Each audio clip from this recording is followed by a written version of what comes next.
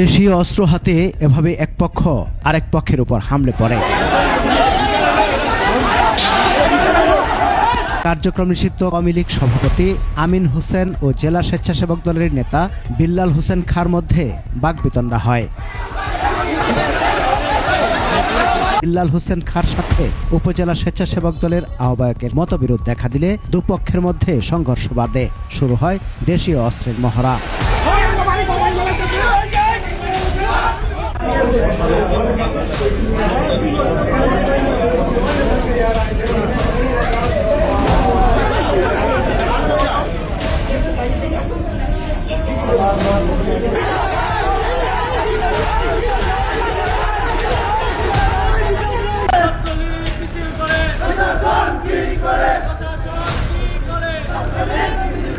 সারা শহরে নিষিদ্ধ সংগঠন, সারা শহরে এরা ঘুরতেছে, ইভেন মামলার আসামিরা পর্যন্ত শহরে ঘুরতেছে। ছাত্রলীগের টোকায় ছেলেবেলে একটা ঝটিকা মিছিল করেছে।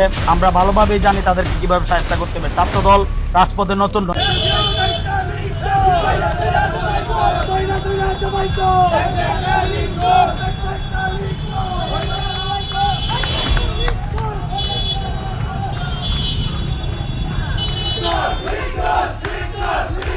এসপি সাহেবকেও বলতে চাই যে আপনি আজকের মধ্যে ব্রাহ্মণবাড়িয়া জেলার 9টা থানার ওসিকে ফোন দিবেন, দিয়ে ছাত্রলীগ যুবলীগ নামে প্রত্যেক সংগঠন এবং আওয়ামী লীগের বাড়ি বাড়ি গিয়ে তল্লাশি করে অন্তত 100 থেকে 200 আসামি আগামী 24 ঘন্টার মধ্যে আমরা দেখতে চাই গ্রেফতার।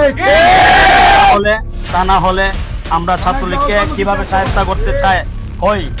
সবার আগে বলতে চাই, আপনি হই হি বাদ দিয়ে আপনি ছাত্র দলের একজন নেতা, সংবাদ মাধ্যমে আপনি কথা বলছেন, ভালোভাবে কথা বলার ট্রাই করুন। এনিওয়ে দর্শক বন্ধুরা, গতকালকে আওয়ামী লীগের এক ইউনিট ছাত্রলীগ তারা মিছিল করেছে। সেখানে আপনার আজকে এসে ছাত্র দলের পক্ষ থেকে নিন্দা জানাচ্ছে, তারা রাজপথে বাইক নিয়ে মহড়া দিচ্ছে এবং তারা স্লোগান দিচ্ছে, একটা একটা লীগ দর ধরে ধরে জবাই কর। বলছিলাম ব্রাহ্মণবাড়িয়ার কথা। ব্রাহ্মণবাড়িয়া, আপনারা জানেন যে ব্রাহ্মণবাড়িয়ার কথা শুনলেই আমরা যারা নাকি বাংলাদেশের বিভিন্ন জেলার মানুষ আছি, আমরা অনেকেই আতঙ্ক হয়ে যায়। আর সেই ব্রাহ্মণবাড়িয়া একটা জেলার ভিতরে, সে হোক ছাত্রলীগ কিংবা আওয়ামী লীগ কিংবা জামাত শিবির হোয়াট এভার, সে কিন্তু ব্রাহ্মণবাড়িয়া, তাই না? এটা হচ্ছে মেন কথা। আর সেটারই আমরা প্রতিফলন হিসাবে দেখতে পেলাম ছাত্রলীগ ভার্সেস বিএনপির ছাত্র দলের সংঘর্ষ। দর্শক বন্ধুরা, ব্রেকিং নিউজ, গতকালকে সেই মিছিলটি আপনারা দেখেছেন আওয়ামী লীগের। আজকে এসে ছাত্রদল যখন আপনার অনেক তাফালিং করছিল, ঠিক সেই মুহূর্তে ছাত্রলীগের সাথে তাদের মুখামুখি হয়ে যায়, আর যা হবার তাই হয়। ব্যাপক পরিমাণ পিটান পিটায় আপনার ছাত্রদলকে, আপনার আওয়ামী লীগ মানে ওরফে ছাত্রলীগ সেই মার খেয়ে তারপর তারা বড় বড় স্যাম হাতে নিয়ে দৌড়িয়ে যায়। টেটা, সুরকি, তীর তীর সেখানেও চলে ব্রাহ্মণবাড়িয়ায়, মানে সেগুলো নিয়েও আপনার মারতে চায় ছাত্রদল, কিন্তু পরে শেষে ছাত্রলীগকে পাওয়া যায়।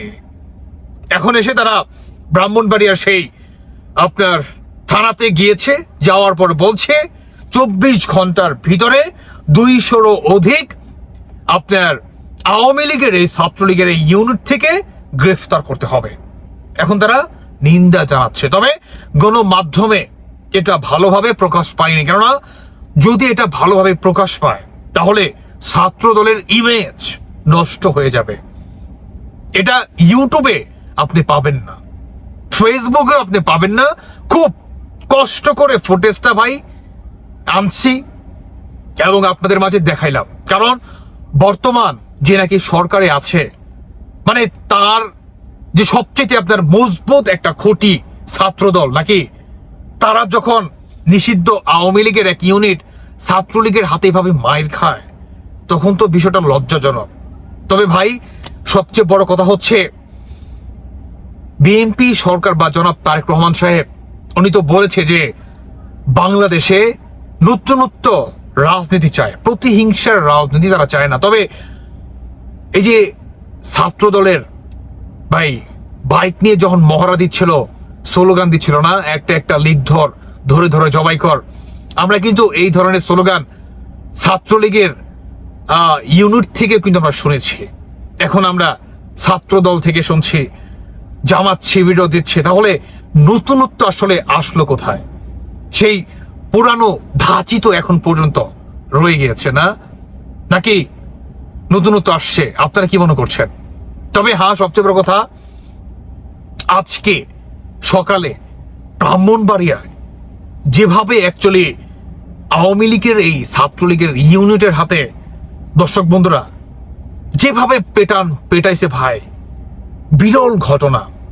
ওই যে বললাম শুরুতে, আপনি জামাত শিবির করেন কিংবা বিএনপি করেন না আওয়ামী লীগ করেন, হোয়াট এভার, ঘটনা কিন্তু ব্রাহ্মণবাড়িয়ায় ঘটছে।